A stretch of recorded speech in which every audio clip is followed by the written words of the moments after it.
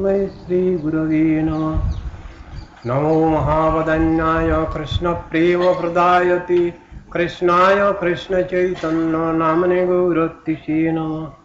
हे कृष्ण करुणा सिन्धो दीनबन्धो जगत्पते गोपेश गोपिका कान्त राधा कान्त नमस्तुते। तप्त कंचन गौरंगी राधे वृंदावनेश्वरी वृषभानुसुते देवी प्रणमामि हरिप्रिये। वृंदायै तुलसीदेव्यै प्रियायै केशवस्य च कृष्ण भक्ति प्रदे देवी सत्यवत्यै नमो नमः।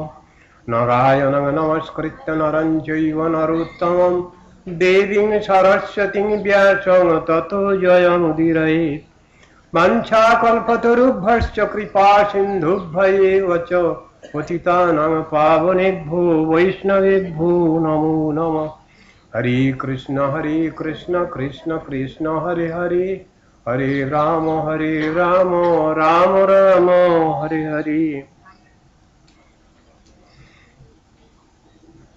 आज उत्थान एकादशी আমাদের 4 মাস ধরে যে চাতুর্মাস ব্রত চলে তারই আরম্ভ 3 ভাবে হয়। আমরা আগে আলোচনা করেছি। কর্কট সংক্রমণ পক্ষে মাসের প্রথম থেকে আরম্ভ করে মাসের শেষ, এইভাবে শ্রাবণ ভাদ্র আশ্বিন কার্তিক এই 4 মাস ব্রত উদযাপিত হয়।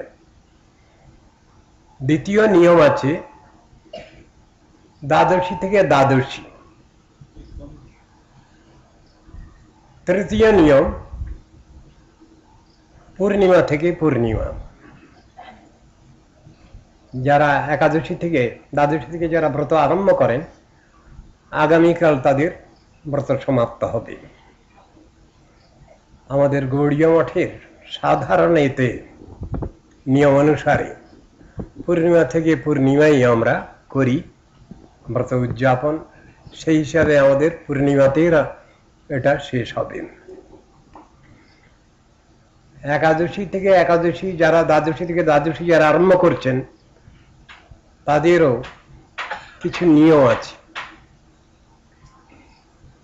ভগবান শ্রীহরি শয়ন একাদশীতে শয়ন করেন আর উত্থান একাদশীতে তিনি জাগরণ করেন। দুটোই সমান ফলপ্রদ, উত্থান একাদশী এবং শয়ন একাদশী। সাধারণভাবে লৌকিক ব্যবহারিক জগতে আমরা কতগুলো কথা শুনি, সেটা খানিকটা ফাঁকিবাজি। যাকে বলা হয় শয়ন পিঠ পাশ মোড়া তার মধ্যে ভীমে ছড়া বলা হয়। ঠিক জিনিসটা তা নয়। শুধু ওই 3টে করলেই হবে না। শয়ন একাদশী, পার্শ্ব একাদশী আর উত্থান একাদশী এই 3টে করলেই হবে না, করলে সবটাই করতে হবে। অনেকে আবার শুক্ল কৃষ্ণ ভেদ করেন, সেটাও ঠিক নয়। শুক্ল একাদশী এবং কৃষ্ণ একাদশী দুই করতে হবে। আজকাল দুনিয়ার লোক সব সুবিধাবাদী, কিছুটা স্বার্থপর, সেই জন্য তারা সবটার মধ্যেই কিছু বাছাবাছি খুঁজে নেন, কিছু কনসেশন সবটার মধ্যে তারা চান। কিন্তু জিনিসটা তা নয়।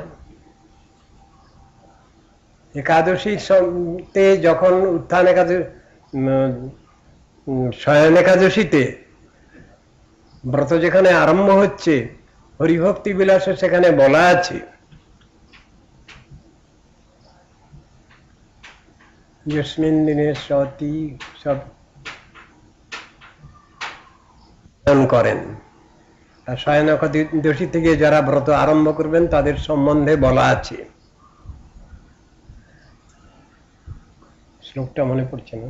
গরুড়াঙ্ক সাই দুগ্ধাব্দি ভোগী শয়নে ভগবান অনন্ত যস্মিন দিনে স্বপীতি চাথ বিবুদ্ধতে চ তস্মিন অনন্য মনসাম উপবাস ভাজং কামং দদত্তভিমতং গরুড়াঙ্কসায়ী। গরুড়াঙ্কসায়ী ভগবান তার শয়নের দিন থেকে উত্থানের একাদশী পর্যন্ত যারা এই ব্রত পালন করবেন তারা খুব সৌভাগ্যবান। সাধারণ শয়ন নয় ভগবানের, আবার সাধারণ উত্থানও নয়।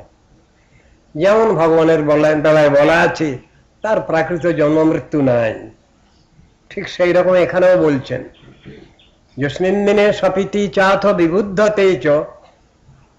শয়ন একাদশী থেকে উত্থান একাদশী পর্যন্ত এই সময়টা যারা পালন করবেন, ব্রত আচরণ করবেন, গরুড়াঙ্কসায়ী ভগবান তাদের অভীষ্ট প্রদান করবেন, একথা বলা আছে। আজ এই তিথিতে জগৎগুরু নিত্যলীলা প্রবিষ্ট বিষ্ণুপাদ শ্রী শ্রীমৎ গৌরকিশোর দাস গোস্বামী বাবাজি মহারাজ এই দিনেতে আবির্ভূত হয়েছিলেন। আমরা তারই মহিমা মাহাত্ম্য প্রথমেই শুনলাম। হ্যাঁ, আবির্ভাব না, তিরোভাব তিথি অর্থাৎ বিরহ তিথি। সেই গৌরকিশোর দাস বাবাজি মহারাজের যে অপ্রাকৃত দিব্য জীবনী এবং শিক্ষা আছে, আমরা অনেকেই সেসব বিষয়ে জানি না। আবার যারা কিছু জেনেছি, বুঝেছি, শুনেছি, তাদের ওটা বাস্তবের ঘটনার মধ্যে নাই। বাস্তব ঘটনার মধ্যে নাই কেন বলছি? অনুভূতির বিষয় নয়। আলোচনা করতে হয়, আলোচনা করে যাই, কিন্তু হৃদয়ে দাগা বুলায় না। সেইভাবে তদ্ভাবে বিভাবিত হওয়া, এটাই হচ্ছে সাধন ভজনের বিশেষ বিষয়। তিনি যে বৈরাগ্যবান ছিলেন, সে অদ্ভুত বৈরাগ্য। আমরা এখানে আলোচনা করব সেসব বিষয়। সাধারণ মানুষ পারবে না। রঘুনাথের বৈরাগ্য যেন পাষাণের রেখা বলা আছে, তার সঙ্গে তুলনা করা হয়েছে গৌরকিশোর দাস বাবাজি মহারাজের বৈরাগ্য। প্রায় দিনই তিনি খাওয়া দাওয়া করতেন না। যদি কোনোদিন খাওয়ার ইচ্ছা হতো, দুটো চাল একটু জলে ভিজিয়ে নিয়ে কাঁচা লঙ্কা দিয়ে সেবা করতেন। এই অবস্থা। প্রসাদ যদি কেউ তাকে দিতেন, যে সে ব্যক্তি দিলে তিনি প্রসাদ পেতেন না। কোনো উচ্চ মার্গের কোনো ব্যক্তি, সদাচারী, সেরকম ব্যক্তি যদি কিছু প্রসাদ দিতেন তাহলে তিনি গ্রহণ করতেন। আর অধিকাংশ দিনই তার উপবাসেই যেত। সাধারণভাবে তো তারা থাকেন না। তাদের যে অপ্রাকৃত দিব্য জীবন, সেটা সব সময় ভগবানেরই স্মৃতি বহন করেন তারা।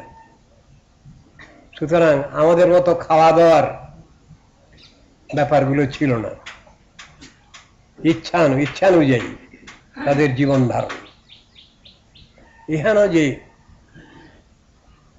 গৌরকিশোর বাবাজি মহারাজ, তার জীবনী আমরা আলোচনা করব। এর ভিতরে বহু বিষয় আছে যেগুলো শুনলে আমাদের একটু আশ্চর্যান্বিত হতে হয়। সাধারণ বিষয় নয় তো। আমরা সব সংসারের সাধারণ মানুষ। আমি সবটাতেই আমাদের চিন্তা ভাবনার ভিতরে ভুল আসে। সাধারণ মানুষ জগতে দেখে দেখে অভ্যাস, সুতরাং চিন্তা ভাবনাগুলো ওই রকম।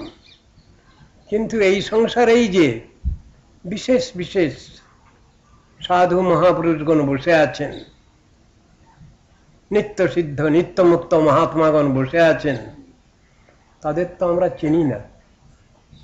তারা নিজেরাও ধরা দেন না। কেন না? তাদের তো কোনো প্রাকৃত জগতের লাভ পূজা প্রতিষ্ঠা নাই। যেটুকু সাধন সম্পত্তি তাদের আছে, সবটাই তারা গোপন করেন।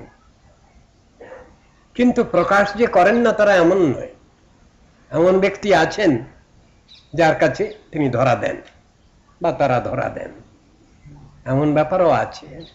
তা না হলে জগৎচক্র চলে না।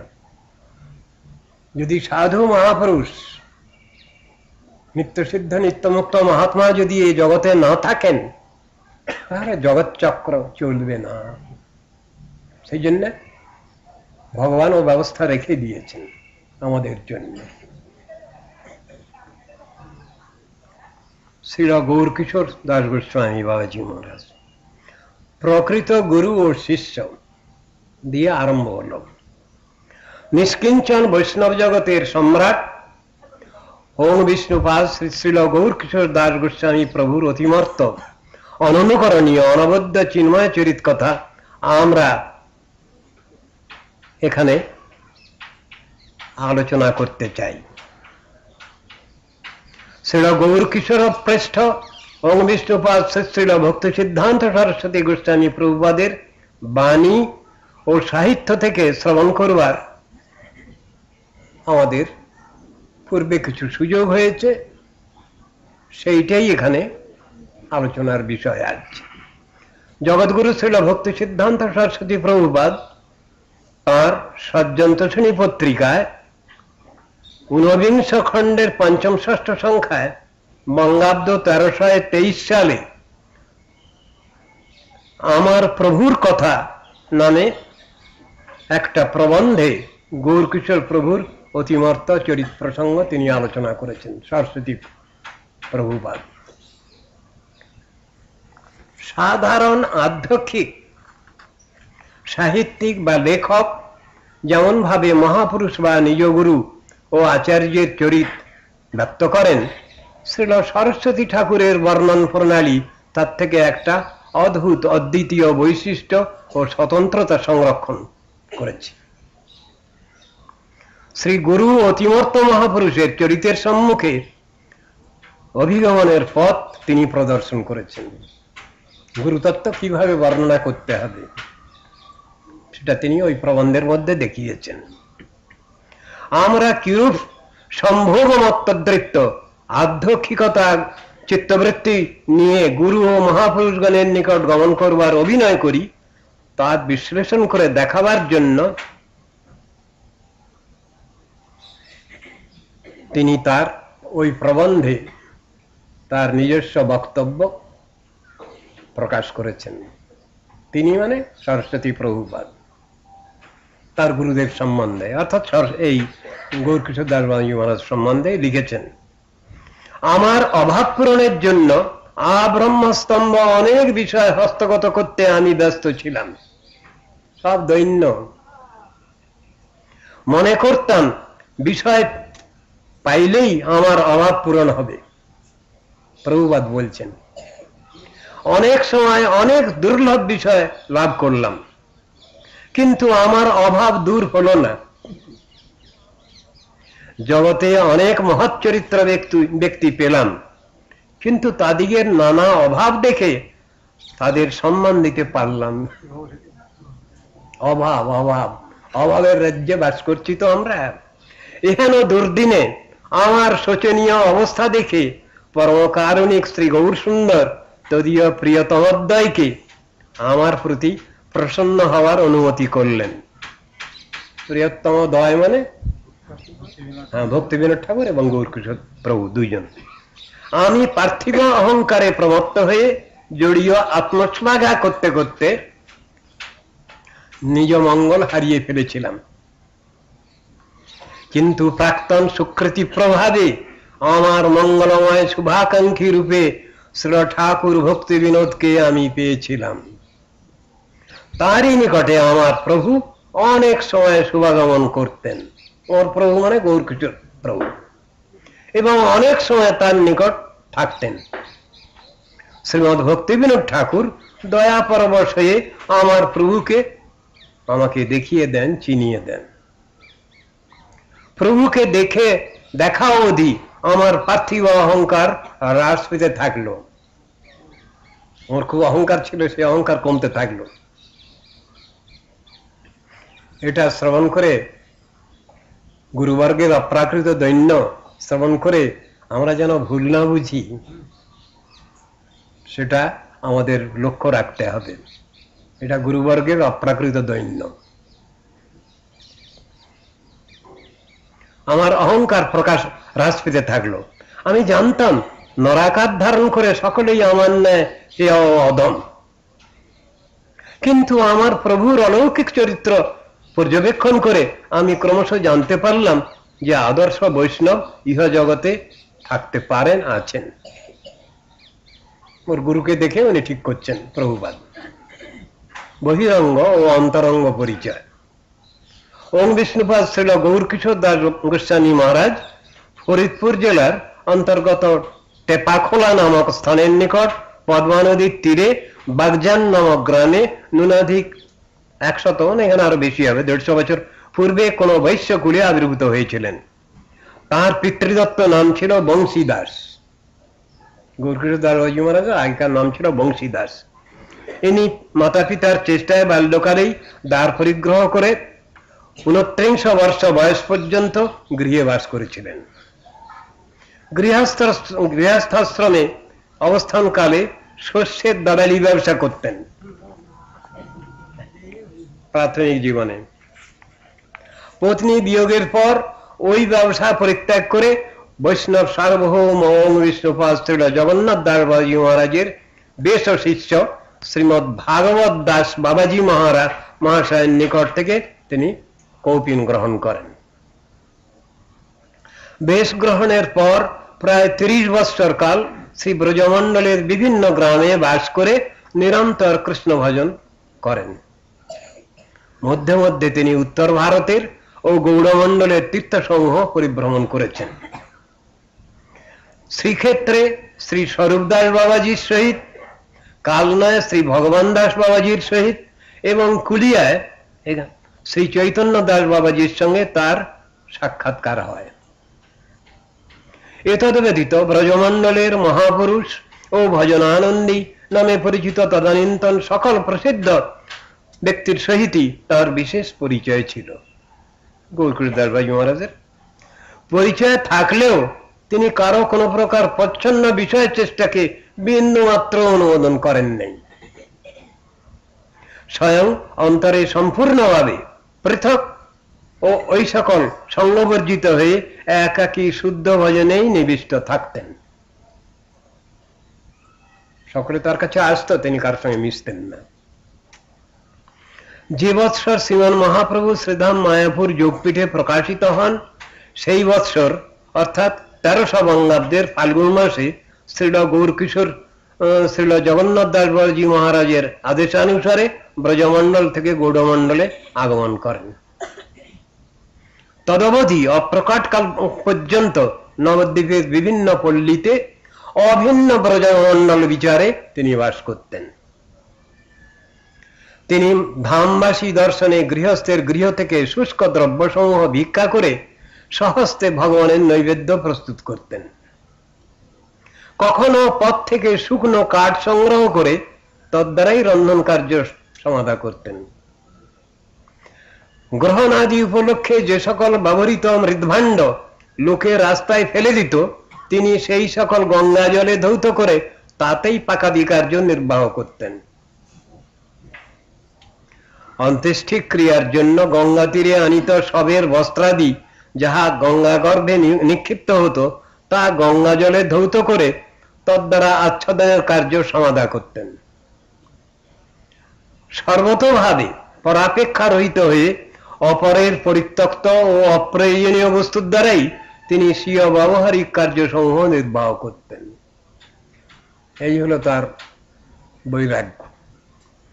নিরপেক্ষ শব্দটির প্রকৃত তাৎপর্য পূর্ণ মাত্রায় তাঁর আচরণে পরিদৃষ্ট হতো বলে ঠাকুর ভক্তি বিনোদ অনেক সময় শ্রীল গৌরকিশোরের অসামান্য বৈরাগ্য, শুদ্ধ ভক্তি ও ভগবদ অনুরাগের কথা প্রায়ই আলোচনা করতেন। ইনি মধ্যে মধ্যে ভক্তিবিনোদ ঠাকুরের নিকট নবদ্বীপের অন্তর্গত গদ্রুমের সানন্দ সুগত কুঞ্জে আসতেন। ঠাকুরের নিকট শ্রীমৎ ভাগবত শ্রবণ ও ভক্তি সিদ্ধান্তের আলোচনায় অসামান্য উৎসাহ প্রদর্শন করতেন।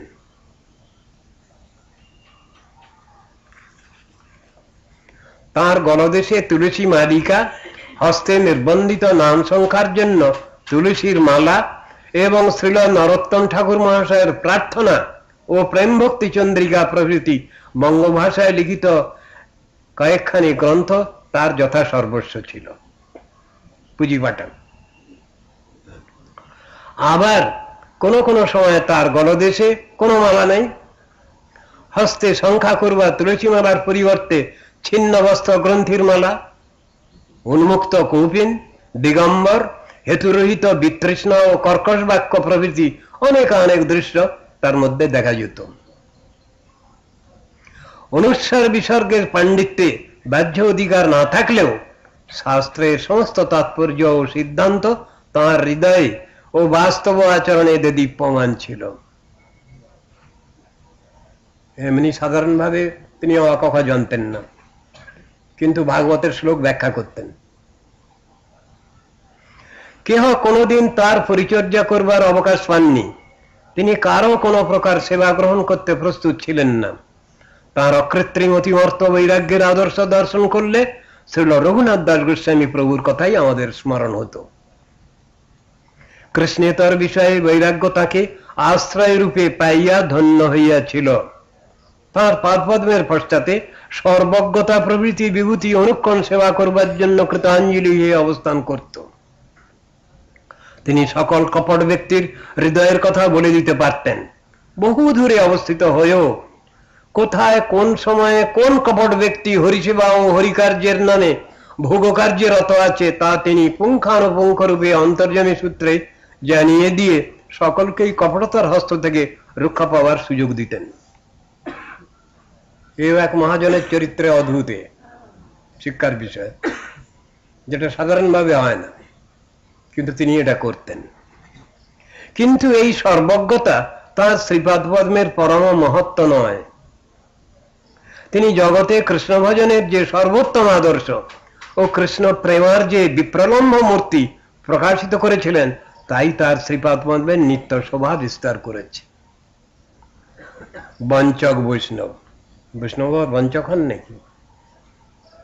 শ্রীল ভক্তি সিদ্ধান্ত সরস্বতী গোস্বামী প্রভুপাদ শ্রীল গৌরকিশোর প্রভুর সম্বন্ধে লিখেছেন। তাকে দেখেও অনেক অর্বাচীন, অনেক চতুর, সমীচীন, বালক, বৃদ্ধ, পণ্ডিত, মূর্খ, ভক্তাভিমানী ব্যক্তি তার দর্শন লাভ করতে পারেনি। দেখেও তাকে দেখেনি, চেনেনি। এইটি কৃষ্ণ ভক্তের ঐশী শক্তি। শত শত অন্যাভিলাষী তার নিকট নিজ নিজ ক্ষুদ্র অভিলাষের পরামর্শ পেতেন সত্য, কিন্তু সেই উপদেশগুলি তাদের বঞ্চনাকারক। যে যেমন চিত্তবৃত্তি নিয়ে আসতো তার কাছে, তিনি সেই রকমই তাদের বলে দিতেন। অসংখ্য লোক সাধুর বেশ গ্রহণ করে, সাধুর ন্যায় অনুষ্ঠান প্রদর্শন করে, কিন্তু প্রকৃত প্রস্তাবে সাধু থেকে বহু দূরে অবস্থান করে। আমার প্রভু, প্রভুপাদ বলছেন, আমার প্রভু তাদৃশ কপট ছিলেন না। নির্বলিকতাই, অকপটতাই যে সত্য তা তার অনুষ্ঠানে অভিব্যক্ত হয়েছে। তার নিষ্কপট স্নেহ অতুলনীয়, যা বিভূতি লাভকেও ফলগুত্তে প্রতিষ্ঠিত করে। তার প্রতিদ্বন্দ্বী বা বিরোধী ব্যক্তির প্রতি কোন প্রকার বিতৃষ্ণা ছিল না। কৃপাপাত্রের প্রতিও কোন বাহ্য অনুগ্রহ প্রদর্শনও ছিল না। তিনি বলতেন, আমার বিরাগ ভাজন বা প্রীতিভাজন জগতে কেউ নাই, সকলেই আমার সম্মানের পাত্র। এটা গৌরকিশোর মহারাজ বলতেন। আরো এক অলৌকিক কথা এই যে শুদ্ধ ভক্তি ধর্ম বিরোধী ছলধর্ম পরায়ণ অনেকগুলি প্রাকৃত লোক কিছু না বুঝে সর্বদা তাকে বেষ্টন করে থাকত এবং নিজদিগকে তাদৃশ সাধুর স্নেহপাত্র জ্ঞান করে কুবিষয়ী প্রমত্ত থাকত। কিন্তু তিনি তাদিগকে প্রকাশ্যভাবে দূরে ত্যাগ করেন নাই, আবার তাদিগকে কোন প্রকারে গ্রহণও করেন নাই। এইটাই হলো সাধু বৈষ্ণবের কি বলা হবে,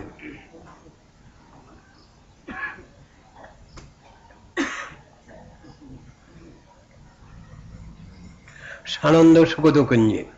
ইংরেজি 1898 সালে যখন শ্রীল সরস্বতী ঠাকুর গোদ্রিমের নবনির্মিত সানন্দ সুগত কুঞ্জে অবস্থান করছিলেন, তখন শ্রীল গৌরকিশোরকে সর্বপ্রথম দর্শন করেন। সেই দিন স্বরূপ রূপানুগবর পরমহংস গৌরকিশোর প্রভু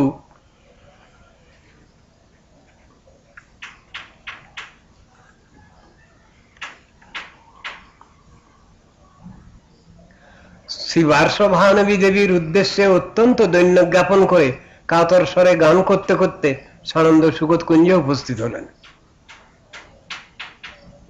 অপ্রাকৃত অবধূত কুলচূড়ামণি শ্রী গৌরকিশোরের শিরোদেশে একটি ব্যাঘ্র চর্মের টুপি তার মাথায় ও ঝুলির মধ্যে তার ভাব সেবার নানা প্রকার সামগ্রী ও উপকরণ ছিল। যখন তিনি যাচ্ছেন গদ্রুমে, তিনি পরে তার ৩-৪ গাছা শ্রী হরিনামের মালিকা নামের ছাপ, ওই টুপি ও অন্যান্য অর্চনের উপকরণগুলি সমস্তই সরস্বতী ঠাকুরকে প্রদান করেছিলেন। ওই টুপিটি ও ঝুলিটি কালনার শ্রীল ভগবান দাস বাবাজি মহাশয় শ্রীল গৌরকিশোর প্রভুকে দিয়েছিলেন। ইংরেজি 1900 সালের জানুয়ারি মাসে শ্রীল ভক্তি সিদ্ধান্ত সরস্বতী গোস্বামী প্রভুপাদ শ্রীল গৌরকিশোর দাস গোস্বামী প্রভুর নিকট গদ্রুমে সানন্দ সুগত কুঞ্জে দীক্ষাপ্রাপ্ত হন 1900 খ্রিস্টাব্দে। মহাভাগবত শ্রীল গৌরকিশোর প্রভু সানন্দ সুগত কুঞ্জে শ্রীমৎ ভক্তি বিনোদ ঠাকুরের নিকট শ্রীমৎ ভাগবত ব্যাখ্যা শ্রবণ করতে আসতেন। গৌরকিশোর প্রভু শ্রীমৎ ভাগবত ব্যাখ্যা করতে আসতেন ভক্তি বিনোদ ঠাকুরের কাছে, দুজন নিয়ে আলোচনা হতো। অপরাহ্ন 3টার সময় এসে 5টা পর্যন্ত শ্রীমৎ ভাগবত শ্রবণ করে চলে যেতেন। মধ্যে মধ্যে সানন্দ সুগত কুঞ্জের কোণের একটা টিনের ঘরে রাত্রি যাপনও করতেন। সময় সময় সানন্দ সুগত কুঞ্জের পার্শ্বে বর্ধমান জেলার অন্তর্গত আমলাজোড়া নিবাসী শ্রী ক্ষেত্রনাথ ভক্তিনিধি ও শ্রী বিপিন বিহারী ভক্তিরত্ন মহাশয়ের প্রদ্যুম্ন কুঞ্জের কুটিরে নানা স্থানে হতে কাষ্ঠ ও পরিত্যক্ত মৃদ্ভাণ্ড সংগ্রহ করে রাখতেন। প্রদ্যুম্ন কুঞ্জের সমস্ত বারান্দাটা ওই রূপ সংগৃহীত কাষ্ঠ স্তূপে মৃদ্ভাণ্ডে পূর্ণ হয়ে গিয়েছিল। এই সময় সদাঙ্গত রামসেবক চট্টোপাধ্যায় ভক্তবৃন্দ মহাশয়ও ঠাকুর ভক্তি বিনোদের শ্রীমৎ ভাগবত ব্যাখ্যা শ্রবণ করতে আসতেন। এরাও কয়েকজন আসতেন। শ্রীল গৌরকিশোর প্রভু কোন কোন দিন সানন্দ সুগত কুঞ্জ হতে প্রসাদ গ্রহণ করতেন ভক্তি বিনোদ ঠাকুরের কাছে। আবার কোন কোন দিন কেহ প্রসাদ দিতে গেলে তা গ্রহণ না করেই উপবাস করতেন কিংবা নিজ হস্তে পাক করতেন। সেই সময় তিনি শিরোদেশে আক্রান্ত হওয়ার অভিনয় করলেন। শ্রীল ভক্তি বিনোদ ঠাকুর উপযুক্ত পথ্যের ব্যবস্থা করে দিলেও গৌরকিশোর তীব্র বৈরাগ্য প্রদর্শন করে ওই সকল পথ্য গ্রহণে মনোযোগ দিতেন না। ইচ্ছা বরং ক্রমশ শিরোরোগে আক্রান্ত হওয়ার লীলা প্রকাশ করলেন। তার চক্ষুদ্বয়ের দৃষ্টিশক্তি ক্রমশ হ্রাস পেতে থাকলো। বাংলা 1311 সাল থেকে তিনি তার বাহ্য দৃষ্টিশক্তিকে একেবারেই সংগোপন করলেন, মানে অন্ধ হওয়ার লীলা করলেন। 1312 সাল থেকে তিনি যাযাবরের বিচরণ ধর্ম পরিত্যাগ করে এক কুটিরে অবস্থান স্বীকার করলেন। দেখতে পাচ্ছেন না, সুতরাং এক জায়গায় চুপ করে থাকা। কিন্তু দরকার হলে আবার বহু রাস্তায় হেঁটে চলে যেতেন। আবার ওইখান থেকে হেঁটে চলে যেতেন যোগপীঠে। কে নিয়ে এলো আপনাকে? একটা ছেলে, বাচ্চা ছেলে আমাকে নিয়ে পৌঁছে দিয়ে গেল। বাচ্চা ছেলে আর কেউ নয়, কৃষ্ণ স্বয়ং। আমলাজোড়া নিবাসী সরকার মহাশয়গণের নিকট থেকে দক্ষিণ কলকাতা নিবাসী পরলোকগত শরৎচন্দ্র বসু মহাশয় পূর্বোক্ত প্রদ্যুম্ন কুঞ্জের স্থানটা গ্রহণ করলে শ্রীল গৌরকিশোর প্রভু সানন্দ সুগত কুঞ্জের কোনস্থ ওই কুটিরেই থাকতেন এবং তার নিকটবর্তী স্থানের প্রাঙ্গণে বসে সব সময় হরিনাম করতেন। কখনো কখনো বহির্বাস কৌপিন প্রভৃতি তার চিন্ময় কলেবরে সংশ্লিষ্ট আছে কিনা সে অনুভূতি পর্যন্ত তার থাকতো না। কোন কোন দিন সরস্বতী নদীতে স্নান করতে গিয়ে উন্মুক্ত বসন হয়ে এশীয় ভজন কুটিরে এসে উপস্থিত হতেন। উচ্চেশ্বরে অত্যন্ত কাতর কণ্ঠে ব্রজগোপীগণকে আহ্বান করে কাঁদতে থাকতেন। মায়ার ব্রহ্মাণ্ড।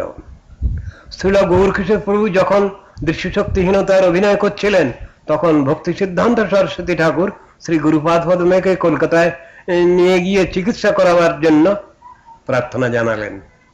প্রভু চলুন কলকাতায় নিয়ে যাই, আপনাকে চিকিৎসা করাবো। শ্রীমৎ ভক্তি বিনোদ ঠাকুর অনেক অনুরোধ করলেন, কিন্তু শ্রীল গৌরকিশোর প্রভু বললেন, আমি কিছুতেই মায়ার ব্রহ্মাণ্ড কলকাতায় যাব না। ঠাকুর ভক্তি বিনোদ গৌরকিশোরকে বললেন, তার সেবক সরস্বতী কলকাতায় থাকবেন? হবে না, তিনি তার সেবা করতে পারবেন, সুতরাং তার কোনো অসুবিধা হবে না। এই কথা শুনে শ্রীল গৌরকিশোর বললেন, আমি প্রভুর সেবা লইব না, আমি জলে ডুবে প্রাণ বিসর্জন করব। সরস্বতী প্রভু সেবা করবেন, সে সেবাও নেবেন না উনি। তিনি বলছেন, সরস্বতী প্রভুকে প্রভু বলতেন, আমি প্রভুর সেবা নেব না। গঙ্গায় ডুবে মরলে হয়তো ভূত হতে হবে, গঙ্গায় ডুবে মরলে হয়তো ভূত হতে হবে, এই জন্য আমি সরস্বতীতেই ডুবে মরব। ইহা বলতে বলতে গৌরকিশোর সানন্দ সুগত কুঞ্জের সম্মুখে প্রবাহিত সরস্বতী নদীর দিকে বেগে ধাবিত হচ্ছেন, ঝাঁপ দেবেন। সরস্বতী ঠাকুর তার পশ্চাৎ পশ্চাৎ ধাবিত হয়ে অনেক অনুনয় বিনয় করলেন। এরপর ৪৫ দিন পর্যন্ত গৌরকিশোর প্রভুর আর কোন সংবাদই পাওয়া গেল না। ৪৫ দিন আত্মগোপন করে থাকলেন। ৪৫ দিনের পর তিনি হঠাৎ একদিন এসে উপস্থিত হলেন এবং বলতে লাগলেন, আত্মহত্যার দ্বারা কখনো কৃষ্ণ পাওয়া যায় না, তবে কেহ আমার সেবা করবে এটা আমি কিছুতেই সহ্য করতে পারবো না। গৌরকিশোরকে শত চেষ্টা করেও ঔষধ সেবন করানো যেত না। তিনি নিরম্ভ একাদশী ব্রত পালন করতেন। একাদশী ব্যতীত অন্য সময় কখনো বা গঙ্গা মৃত্তিকা, কখনো বা গঙ্গা জলে ভিজিয়ে শুষ্ক তণ্ডুল ও লঙ্কা গ্রহণ করতেন। তার বৈরাগ্য কৃত্রিম বৈরাগ্য নয়, তা কৃষ্ণের সুখোৎপাদক বৈরাগ্য, আমাদের মতো লোক দেখানো বৈরাগ্য নয়। শ্রী মায়াপুরে বঙ্গাব্দ 1310-1311 সালে যখন অগ্নিষ্ণুপাদ শ্রীল ভক্তি সিদ্ধান্ত সরস্বতী গোস্বামী প্রভুপাদ শ্রীধাম মায়াপুর যোগপীঠে বাস করছিলেন, সেই সময় কাঁঠালতলায় যেখানে অধোক্ষজ বিষ্ণু বিগ্রহ আবির্ভূত হয়েছেন ও বর্তমানে শ্রীমান মহাপ্রভুর মন্দির নির্মিত হয়েছে, শ্রীল গৌরকিশোর প্রভু অনেক দিন অবস্থান করেছিলেন সেখানে। সেই সময় আদর্শ গুরু ও শিষ্যের ভজন রহস্য ও লোকশিক্ষাময় আচরণ শুদ্ধ বৈষ্ণব জগতের একটি বিশিষ্ট অধ্যায় রচনা করেছেন। এই সময় গৌরকিশোর প্রভু যদিও সম্পূর্ণভাবে বাহ্য দৃষ্টি শক্তি সংগোপন করেছিলেন, তথাপি একদিন অন্ধকার রাত্রে প্রায় 2 ঘটিকার সময়, রাত 2টার সময় কুলিয়া নবদ্বীপ থেকে তিনি শ্রীধাম মায়াপুর যোগপীঠে একাকী আসে উপস্থিত হলেন। পরদিন প্রত্যুষে শ্রীল সরস্বতী ঠাকুর অকস্মাৎ নিজ প্রভুকে দেখে অত্যন্ত বিস্মিত হয়ে জিজ্ঞাসা করলেন, আপনি কোন সময় এখানে পদার্পণ করলেন? শ্রীল গৌরকিশোর প্রভু বললেন, আমি গত রাত্রি প্রায় 2 ঘটিকার সময় এখানে এসেছি। শ্রীল সরস্বতী ঠাকুর যৎপরণাস্তে বিস্মিত হয়ে আবার জিজ্ঞাসা করলেন, আপনাকে কে এখানে নিয়ে এলেন? আর অত রাত্রেই বা পথপ্রদর্শক কোথায় পেলেন? গৌরকিশোর বললেন, একজন পথ দেখিয়ে নিয়ে এসেছেন। শ্রীমৎ সরস্বতী ঠাকুর বললেন, আমরা বাহ্য চক্ষুতে তো আপনাকে সম্পূর্ণ দৃষ্টিহীন বলে দেখি, এত দূর থেকে এখানে হাত ধরে কে নিয়ে এলো? না আসলে আপনি কি করে এখানে আসতে পারলেন? তাহলে কি স্বয়ং কৃষ্ণই আপনাকে হাত ধরে এখানে নিয়ে এসেছেন? এই কথা শুনে গৌরকিশোর প্রভু কেবলমাত্র ঈষৎ হাস্য করলেন। ঘটনা তাই। অন্তরঙ্গ নিয়োজন অন্তরের সন্দেশ খবর পেলেন। বর্তমান সময়ের ন্যায় তখন কুলিয়া থেকে শ্রীধাম মায়াপুর পর্যন্ত কোনই পথঘাট ছিল না। শ্রীল সরস্বতী ঠাকুর আবার জিজ্ঞাসা করলেন, এত রাত্রে আপনাকে নদী পারি বা কে করে দিলেন? তদুত্তরে শ্রীল গৌরকিশোর প্রভু পূর্বের ন্যায় উত্তর প্রদান করে বললেন, একজন আমাকে নদীর পার করে দিলেন। শিষ্য বুঝতে পারলেন এই একজন সেই অদ্বয় জ্ঞান তত্ত্ব ব্রজেন্দ্র নন্দন। শ্রীধাম মায়াপুর যোগপীঠে শ্রীল সরস্বতী ঠাকুর একবার বৈশাখ মাসে পূর্ণ 1 মাস কাল শ্রীল সনাতন গোস্বামী প্রভুর বৃহৎ ভাগবতামৃত পাঠ ও ব্যাখ্যা করছিলেন। শ্রী গৌরকিশোর প্রভু ও শ্রীযুক্ত ক্ষেত্রনাথ সরকার ভক্তিনিধি মহাশয় সরস্বতী ঠাকুরের শ্রোতা ছিলেন। আসল ও নকল ভজনানন্দী। কুলিয়ার ধর্মশালায় শ্রীল বাবাজি মহারাজের অবস্থানকালে শ্রীল সরস্বতী ঠাকুর তথা তার দর্শন লাভের জন্য গমন করে নিজ প্রভুকে তাঁর ব্রজবাসের ও ব্রজের ভজনানন্দী ব্যক্তিগণের কথা জিজ্ঞাসা করতেন। লোকের নিকট ভজনানন্দী ও সিদ্ধ মহাত্মা বলে বিশেষ বিখ্যাত যার কথাই সরস্বতী ঠাকুর জিজ্ঞাসা করলেন, শ্রীল গৌরকিশোর কেবল হাসতে হাসতে বললেন, সব নকল। কুসুম সরোবরে বাবাজি নামে এক ব্যক্তি ভজনানন্দী বলে প্রসিদ্ধ হয়ে পড়েছিলেন। তার 2-1 শিষ্য বর্তমানে সিদ্ধ ও সিদ্ধ প্রায় বলে লোকচক্ষে প্রসিদ্ধি লাভ করেছেন। শ্রীল গৌরকিশোর প্রভু কিন্তু ওই ব্যক্তির বিন্দু মাত্র অকপট ভজন আছে বলে স্বীকার করলেন না। ওটা যাচাই করতে চাচ্ছিলেন সরস্বতী প্রভুপাদ তার গুরুর কাছে। কিছুদিন পরে কুসুম সরোবরের সেই সিদ্ধ নামধারী ব্যক্তিকে গলিত কুষ্ঠরোগে অতি যন্ত্রণায় প্রাণত্যাগ করতে দেখা গেল। শ্রীধামে ভোগবুদ্ধির সঙ্গে বাস, আবার শ্রীধাম মহাত্মা বলে অধিকতর ভোগ প্রবৃত্তিতে শ্রীল গৌরকিশোর প্রভু সর্বতভাবেই নিন্দা করতেন। ধামাপরাধ। শ্রীধামবাস ও ধামবাসের ছলনা। এক সময় জনৈক ডাক্তার হরিভজনের জন্য ব্যাকুলতা দেখিয়ে শ্রীল গৌরকিশোর প্রভুর নিকট নবদ্বীপে বাস করবার অভিপ্রায় প্রকাশ করলেন। ডাক্তার পূর্ব থেকেই ব্যবস্থা করেছিলেন যে তিনি নবদ্বীপে থেকে ডাক্তারি করবেন, লোকের নিকট ভিক্ষা করে ঔষধাদি ক্রয় করবেন এবং বিনামূল্যে রোগীর চিকিৎসা করবেন। তিনি মনে করেছিলেন এতে তার পরোপকারও হবে, নিজের হরিভজন উভয়ই হবে। সুতরাং ইহা সমর্থন করবার জন্য তিনি শ্রীল গৌরকিশোর প্রভুর নিকট গৌর পার্ষদ মুরারি গুপ্তের প্রসঙ্গ উল্লেখ করে বলতে লাগলেন, প্রতিগ্রহ নাহি করে নলয় কারো ধন, আত্মবৃত্তি করি করে কুটুম্ব ভরণ, চিকিৎসা করেন যারে হইয়া সদয়, দেহরোগ ভবরোগ দুই তার ক্ষয়। মুরারি গুপ্তের কথা তুলে তার সামনে বললেন। শ্রীল গৌরকিশোর উক্ত ডাক্তারের নবদ্বীপবাস ও হরিভজনের জন্য ব্যাকুলতার অভিনয়ের মধ্যে যে কপটতা আছে তা জানিয়ে দিলেন। ওটা ঠিক না। শ্রীল গৌরকিশোর বললেন, মুরারি গুপ্ত মহাপ্রভু নিত্য পার্ষদ ও নিত্য নবদ্বীপবাসী। নবদ্বীপবাসের ছলনা করে তিনি প্রভুর ধামকে ভোগ করবার কোনো আদর্শ প্রদর্শন করেননি।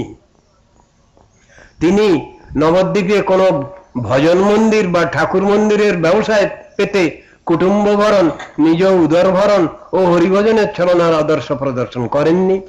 তিনি প্রতিগ্রহ করেননি বা কারো ধন গ্রহণ করেননি।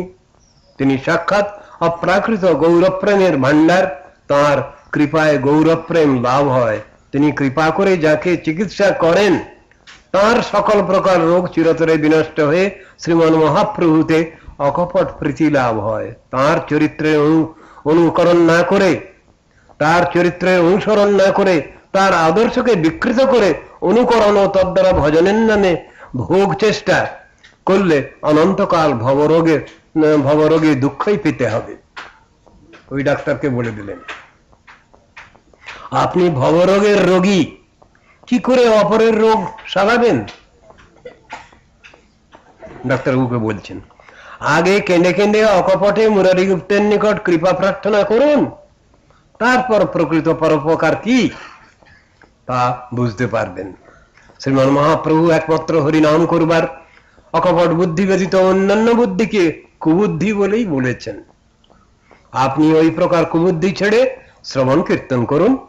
হরিভজন করতে করতে কারো যদি ওই প্রকার অন্যাভিলাষ আসে তাহলে তার সর্বনাশ হয় এবং সে ব্যক্তি হরিনামের সেবা থেকে বঞ্চিত হয়ে যায়।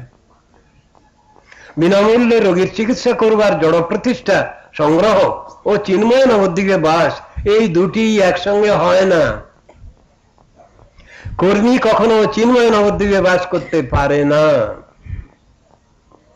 তখন উক্ত ডাক্তারবাবু বাবাজি মহারাজকে, গৌরকিশোর প্রভুকে জিজ্ঞাসা করলেন, তবে আমার কি কর্তব্য? বাবাজি মহারাজ বললেন, আপনি যদি সত্য সত্যই নবদ্বীপে বাস করতে চান তবে ওই সকল সম্বন্ধ সর্বদাভাবে বর্জন করুন। আপনি বিনামূল্যে চিকিৎসা করে বিষয়ী লোকের বিষয়ের চেষ্টার আনুকূল্য করবার যে বিচার করছেন সেই কুবিচার পরিত্যাগ করুন। যারা বাস্তবিক হরিভজন করেন একমাত্র তাদেরই হরিভজনের আনুকূল্য ব্যতীত অন্য যে কোনো প্রকারের সেবা বা ধর্ম সমস্তই ঘোর বন্ধনের কারণ হয়ে থাকে। ভয়ঙ্কর কথা। আপনি যেরূপ ধাম বাস করতে চেয়েছেন সেই রূপ বাস অপেক্ষা আপনার দেশে গিয়ে হরিনাম করলে আপনি বাঁচতে পারবেন। যদি বাঁচতে চান তবে তাই করুন, কপটতার সঙ্গে ধামবাসের ছলনা করবেন না।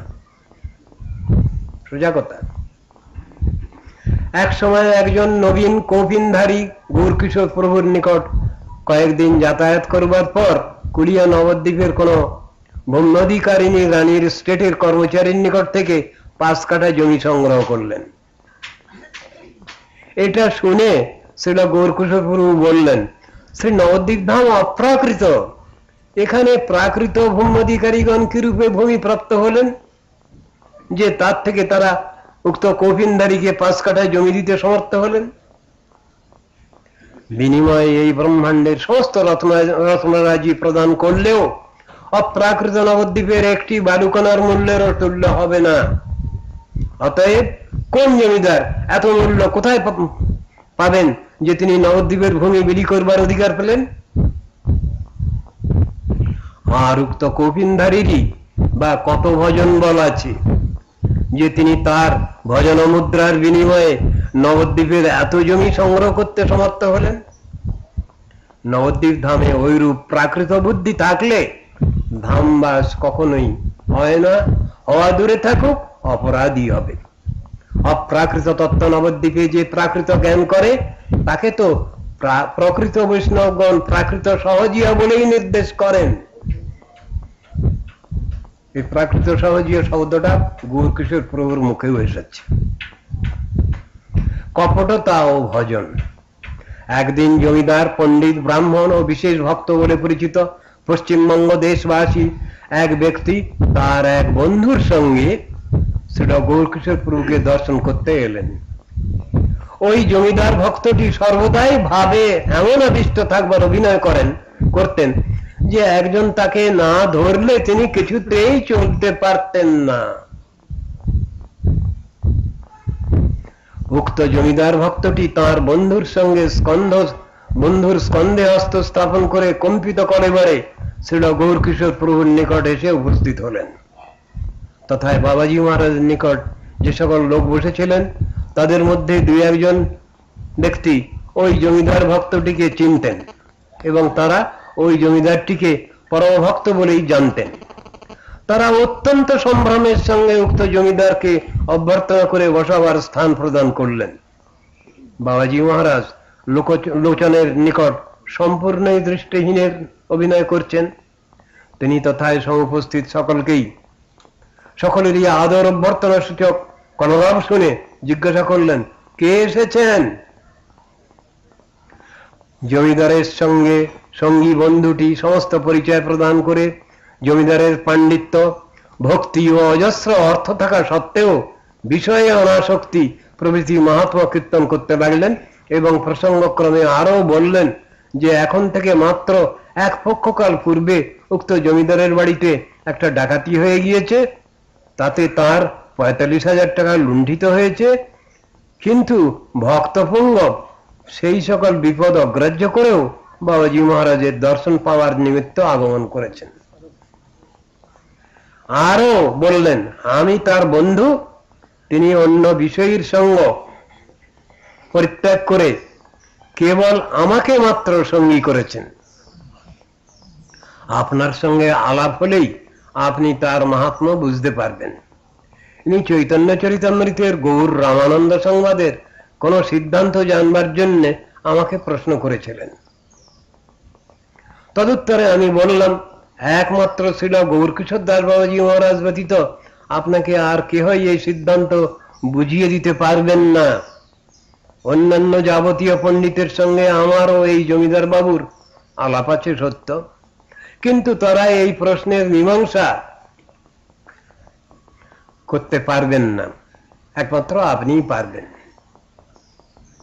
এটা শুনে শ্রীল গৌরকিশোর প্রভু বললেন, আমি একটি উপায় আপনাকে বলে দিচ্ছি, এতেই তিনি সমস্ত বুঝতে পারবেন। শ্রী রায় রামানন্দের সিদ্ধান্ত কথা বুঝবার পূর্বে তিনি আপনার ও অন্যান্য কপট ব্যক্তিগণের সঙ্গ পরিত্যাগ করে কোন একান্ত সাধু সঙ্গ আশ্রয়পূর্বক যদি চৈতন্য চরিতামৃত প্রথম থেকে শেষ পর্যন্ত বিচার করতে করতে ও মহাপ্রভুর ভক্তগণের নিকট ক্রন্দন করতে করতে 100 বার যদি পাঠ করেন, তাহলে তিনি রামানন্দ রায় সংবাদের সিদ্ধান্তের তাৎপর্য উপলব্ধি করতে পারবেন। আমরা এখন হরিভজন করতে ইচ্ছা করেছি, আমাদের অধিক কথা বলবার আর সময় নেই। মানে বাজে কথা, ওর সঙ্গে কথা বলে কি হবে? কপট। এটা বলে বাবাজি মহারাজ সকলকে উচ্চৈশ্বরে হরিনাম করবার জন্য আহ্বান করলেন এবং স্বয়ং উচ্চৈশ্বরে কীর্তন আরম্ভ করে দিলেন। এ শুনে ও দেখে উক্ত ভক্তাভিমানী পণ্ডিত জমিদার ও তার বন্ধু অবিলম্বে স্থান পরিত্যাগ করলেন। সন্ধ্যার পরে সমস্ত লোক চলে গেলে বাবাজি মহাশয় সমীপস্থ 2-1 ব্যক্তির নিকট বলতে লাগলেন, যে জমিদার পণ্ডিত ব্রাহ্মণটি এতদূর ভাবে আবিষ্ট হয়ে এখানে এসেছিলেন, তার পার্থিব অভাব ব্যতীত কোন প্রকৃত ভাব দেখলাম না আমি। বাবাজি মহারাজ বলে দিলেন। বাবাজি মহাশয়ের মুখে সর্ববাদী সম্মত সর্বজনবিদিত ভাবুক ভক্তের সম্বন্ধে এইরূপ কটাক্ষ পরিমাণ মাফ করা যায় না। তাহলে বাইরে অতিশয় বিরক্তি, অনাসক্তি ও অনেক কিছু ভাবমুদ্রা প্রকাশিত থাকলেও তা প্রকৃত বিরক্তি বা ভাব ভক্তি নয়। কোন বিশেষ পরীক্ষায় পড়লেই সেই মুহূর্তে